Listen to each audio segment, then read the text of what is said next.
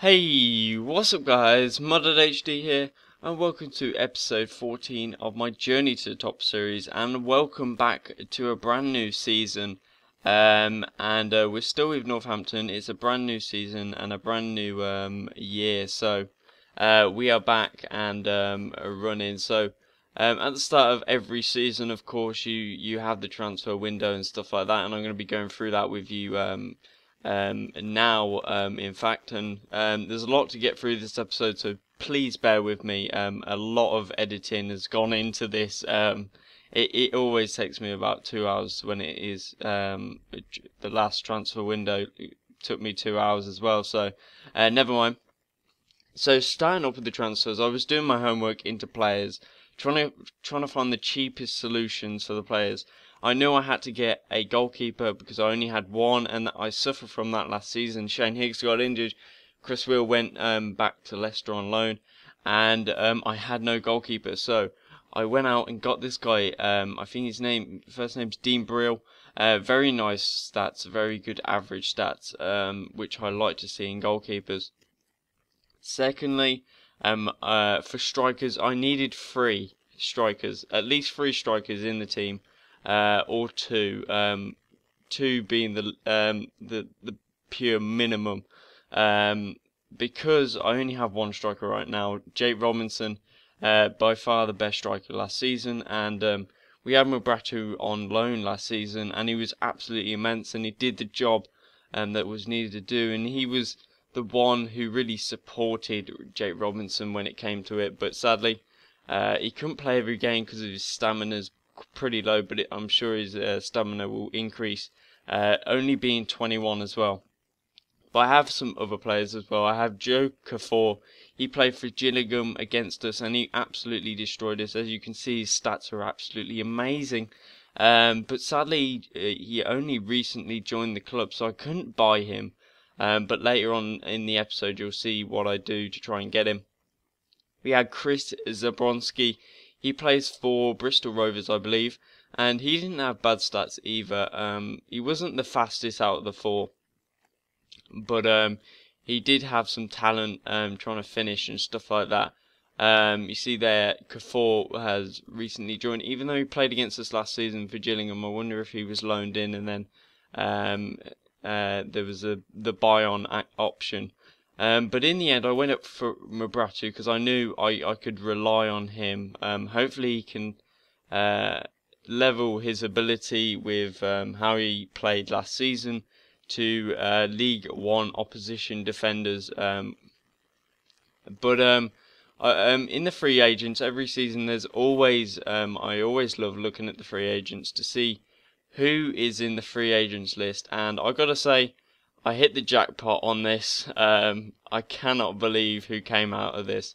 You'll see later on the episode I do sort out some stuff with free agents. But you see here Rafael Martinho, 4-star skiller, 4-star weak foot, absolutely immense stats, very pacey left mid, and his wage was sadly 6k, but no spoilers just yet. But there was another striker on the free transfer list, and it was very pacey with average stamina. Okoro. Oh god, pronunciation fail. I decided to put off that deal for just the moment. So we only bidded for Mubratu and Brill as well in goal. And I also wanted to get rid of Varela from our team. He's 21, he's 61 overall, and it was just surplus to the team. He just wasn't needed at all. I didn't really need him at all into the. I never used him last season, even though I signed him last season. So it's pretty much a bonus if I sell him. Because he's going to give me 350k hopefully. But soon as I did that, I advanced and I got Dean Brill in after. Well, I did put in a wage offer and he did accept. You'll see later on. But I forgot I put in a bid for Okoro. and he declined because he wants 2,000, and I think that's a bit greedy for a low-rated striker. But people wanted Johnson as well, our centre back, and I was like, no, I cannot get rid of him. He's one of the one of the four main, no, one of the one main centre back that I want to keep, because he is fast and he's pretty good at defending as well, which is always important when you're a defender. But you see there, Dean Brill does sign for us very soon after I do all this fast stuff here. Sorry if you cannot see it, but you can always pause the video and go back and stuff like that. But Joker 4, I did try to get him on loan. I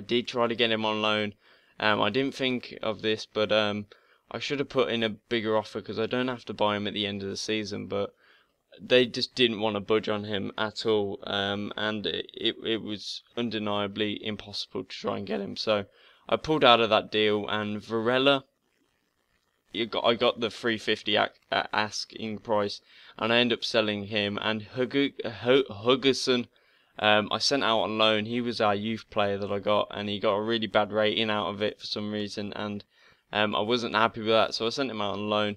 And you see there, Gillingham didn't accept my 200 grand offer. He's 31 as well. I was surprised at his age, because he's pretty fast for a 71 or no, not a 71 or age, for a 31-year-old, in fact. So I did put another offer in, but they declined anyway, and I think I left that out. But anyway, this is where the video gets really spicy, and I tell you what, guys, I'm gonna go for it this season. I don't care if this is a bad move or not. Even I don't know how the wage and the transfer budget affects when it goes into the wage allocation bit. But I wanted one player from this free agents list, and this was this guy, Rafael Martinho. I know I mentioned him before. Absolutely beast stats, 4-star, 4-star. Absolutely amazing for a left mid. And I go and change my wage budget. I don't know whether that works. I don't know if you guys know if that does work like that. If the wage budget is affected by how much money you have in your transfer budget. But anyway, I was still over 6 million, so I was all right, I reckoned. And I put in a 8 million wage shot into him, and I was hoping I would get him. And I got another bid for Johnson. I said no to it because he is one of my main defenders, and he is very important to the squad. And he's worth 190 grand, so I had the balls. But thank Jesus, we got what's his name? I've forgotten his name. Martinho or something like that. I've forgotten his name all of a sudden. He's just wiped my memory. But I go for another player, Morimoto.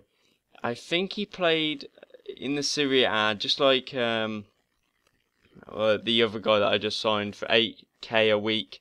God, I can't believe I forgot that name. But Morimoto is a striker, and that means I'm going to have 3 strikers now. So that's very good.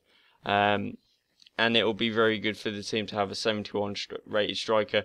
And he's not that old either. I had a few games here.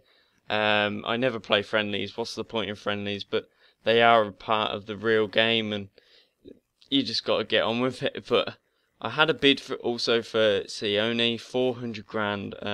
I didn't think that was a good deal either. He was 66 rated, and he's like 23, so that's just not enough. And there you go. That was the team in our first league game in League One. That's his name. I've forgotten it. Moutinho. That's what it is. But Morimoto gets on the score sheet straight away on his debut, 16th minute goal, and I was happy with that goal. Nice finesse shot there. And Stevenage, I got to say, in real life, they're not the best team, and neither are they in FIFA either. But they do get a good goal there, just a near post finish. Brill should be saving slightly there.